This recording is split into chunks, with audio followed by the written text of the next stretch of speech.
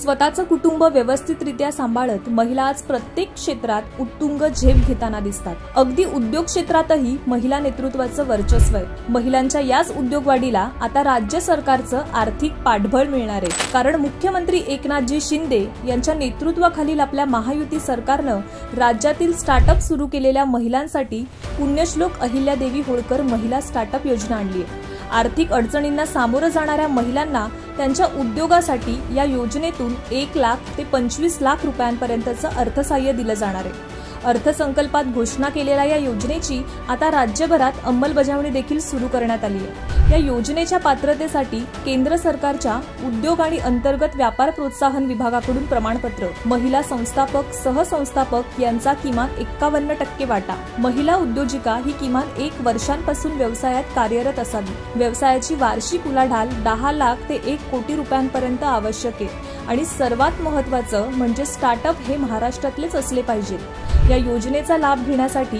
आपल्याला या संकेतस्थळावर अर्ज करता येणार आहे। महायुती सरकारनं सुरू केलेली ही योजना महिलांच्या प्रगतीच्या पंखांना नक्कीच बळ देणारी ठरणार आहे।